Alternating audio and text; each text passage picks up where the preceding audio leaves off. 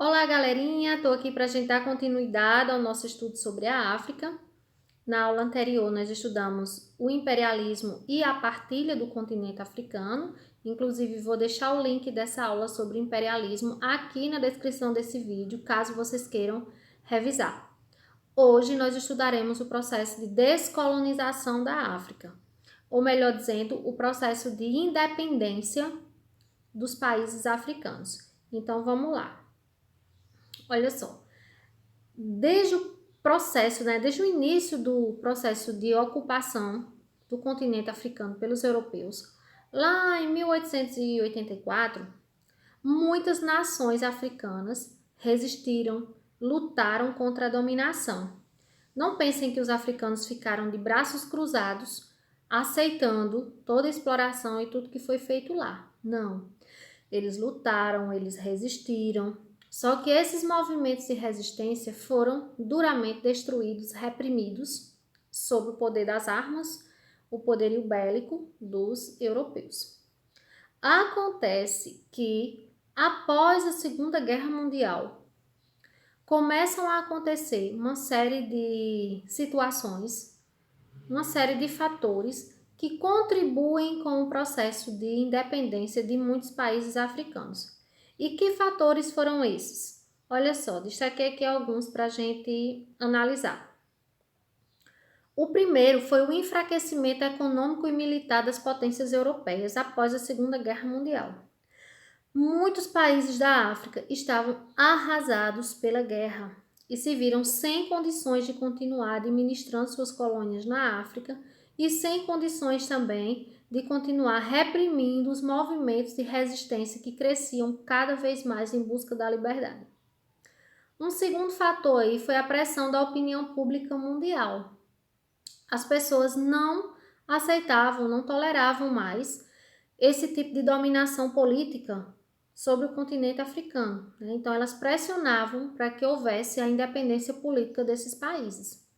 E um terceiro fator aí era justamente o interesse dos Estados Unidos e da União Soviética em expandir suas áreas de influência durante o período da Guerra Fria, E para expandir essa influência socialista ou capitalista, eles precisavam aí de territórios independentes, por isso pressionavam também para que houvesse essa independência política dos países africanos.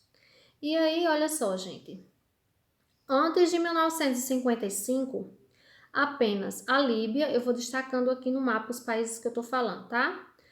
Apenas Líbia, Egito e Etiópia eram independentes, antes de 1955.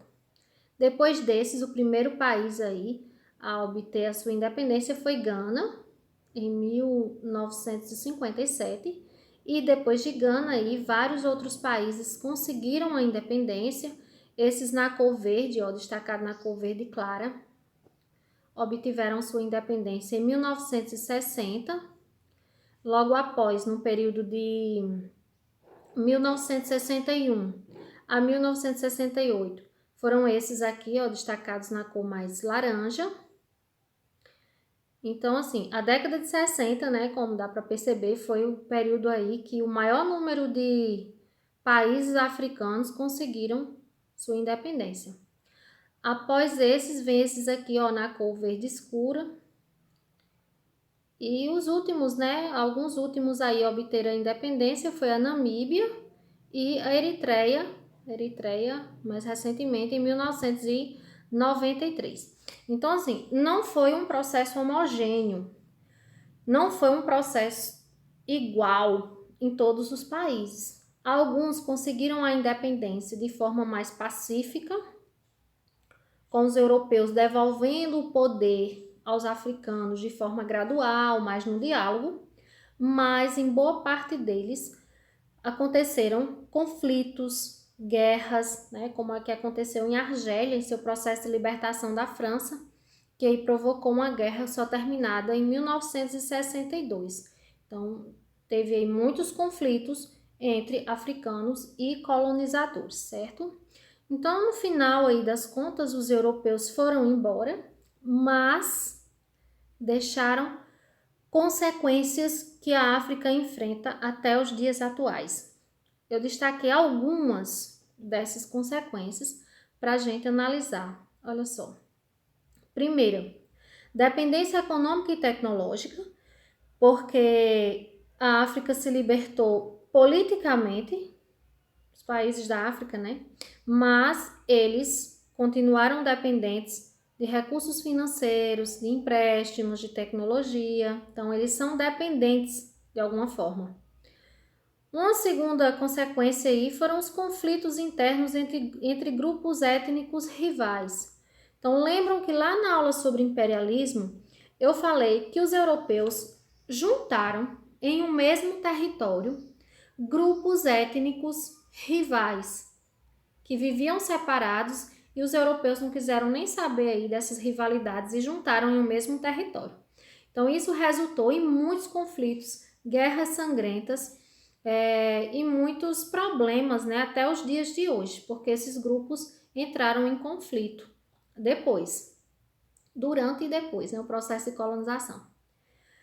Um terceiro ponto aí é disputas internas pelo poder entre grupos étnicos e religiosos diferentes, né? A diversidade étnica e religiosa na África é muito grande. E muitas vezes existe um processo de intolerância religiosa, né? Alguns grupos não aceitam a religião, a cultura do outro. E infelizmente isso gera aí muitos conflitos. Um dos que a gente pode assim citar é o conflito que aconteceu em Ruanda em 1994 entre dois grupos étnicos, os Hutus e os Tutsis, né? Um conflito aí que originou um massacre onde morreram mais de 1 milhão de pessoas. Depois dá uma pesquisada sobre esse conflito que você vai entender direitinho a influência dos colonizadores, mais precisamente da Bélgica, nesse conflito que aconteceu aí. Uma outra consequência, que é bem perceptível, são os problemas sociais, né? Desigualdade, mal distribuição de terras, fome, problemas sociais diversos, né? E por último aí a formação de minorias locais que concentram o poder. Gente, essas minorias, elas se formaram durante o imperialismo também. Por quê? Grupos pequenos da África mesmo se aliaram aos colonizadores em troca de favores, em troca de benefícios particulares, né, de poder, e ajudaram no processo de colonização da África.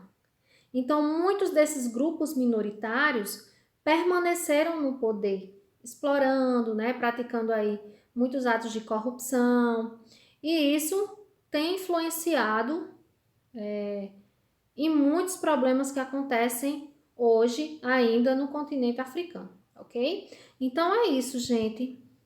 Espero que vocês tenham entendido. Caso seja necessário, revejam essa aula para que vocês possam aprender cada vez mais, tá bom? Um abraço, bons estudos e temos aí uma atividade para praticar e aprender mais.